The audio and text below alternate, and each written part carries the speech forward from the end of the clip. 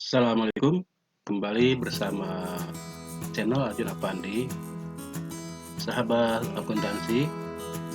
Kali ini kita akan membahas tentang ikhtisar laba rugi.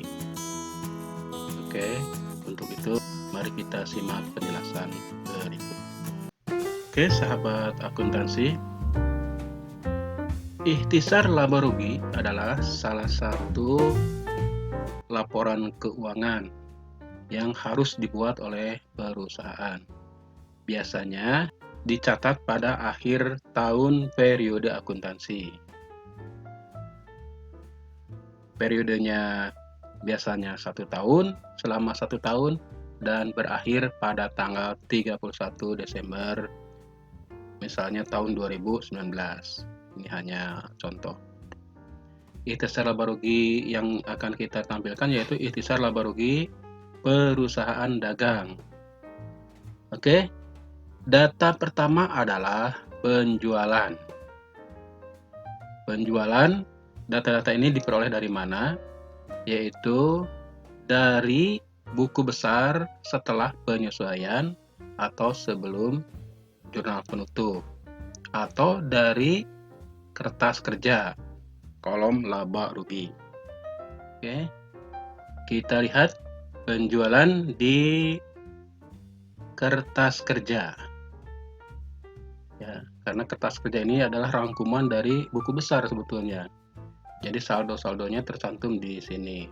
Lihat kolom terakhir ada neraca dan ada laba rugi. Untuk ikhtisar laba rugi atau laporan laba rugi, itu datanya diperoleh dari kolom laba rugi kertas kerja atau neraca lajur atau worksheet. Oke, kolom laba rugi ada debit, ada kredit. Penjualan, ini ada 77 juta. Oke, kita masukkan ke ikhtisar laba rugi. Penjualan 77 juta. Yang berikutnya adalah potongan penjualan. Ada di ini potongan penjualan 1.200.000. Ya, kebalikan dari penjualan. Makanya ini nantinya akan memotong penjualan atau mengurangi. Kita pindahkan, kita masukkan potongan penjualan 1.200.000. Retur penjualan, kita lihat di kertas kerja. Ini retur penjualan 2 juta. Kita masukkan ke ikhtisar laba rugi. 2 juta.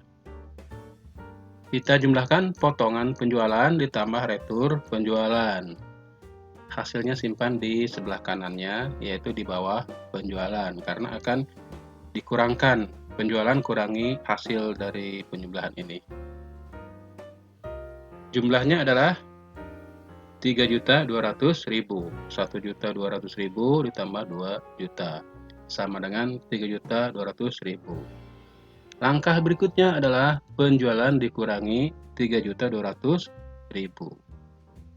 Hasilnya adalah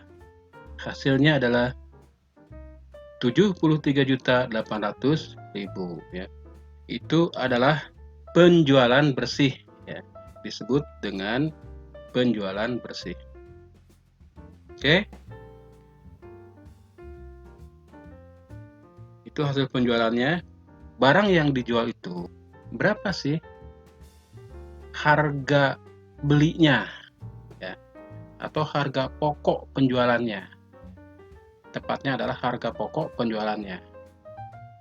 Karena selain pembelian juga ada potongan pembelian dan sebagainya. Jadi harus dikurangi dengan harga pokok penjualan tersebut berapa. Harga pokok penjualan dari mana? Yaitu dari perhitungan harga pokok penjualan. Lihat video tentang harga pokok penjualan atau HPP. Bisa juga harga pokok penjualan disimpan di kolom ini untuk perhitungannya. Tapi karena kita sudah membuat khusus tentang harga pokok penjualan, ya kita tinggal memasukkan ke sini. Oke, kita lihat laporan sebelumnya. Ini harga pokok penjualan yaitu 47.450.000. Bisa dilihat di video sebelumnya. Oke, kita masukkan ke ikhtisar laba rugi. 47.450.000. Langkah berikutnya adalah penjualan bersih dikurangi dengan HPP atau harga pokok penjualan. Hasilnya adalah 26.350.000. Angka ini disebut laba kotor. Oke, langkah berikutnya adalah mengisi beban-beban. Yang pertama, beban angkut penjualan. Kita lihat di kertas kerja. Ini beban angkut penjualan ya, 100.000. Kenapa beban angkut pembelian tidak dimasukkan ke dalam ikhtisar laba rugi? Karena beban pembelian itu sudah dihitung waktu menentukan harga pokok penjualan, karena termasuk pembelian plus beban angkut pembelian, karena sudah termasuk ke pembelian bersih. Oke, beban angkut penjualan 100.000. Kita masukkan ke ikhtisar laba rugi. Beban gaji 5 juta, beban listrik 1 juta, kita masukkan. Beban sewa 6 juta, kita masukkan 6 juta. Beban perlengkapan, kita lihat kertas kerja,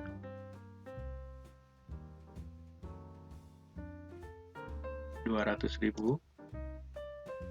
Beban penyusutan peralatan,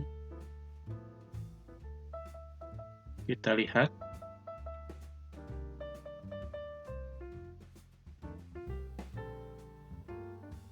750.000.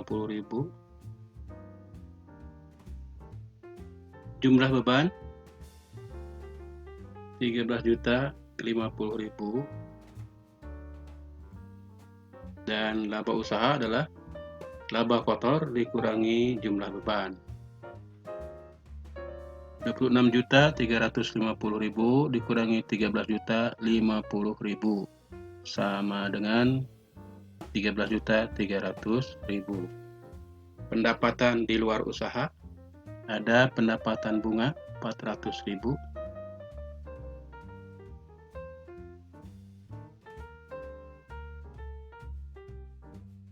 Laba bersih sebelum pajak adalah laba usaha ditambah pendapatan di luar usaha. Jika ada beban di luar usaha, maka dikurangi. Sama dengan 13.700.000.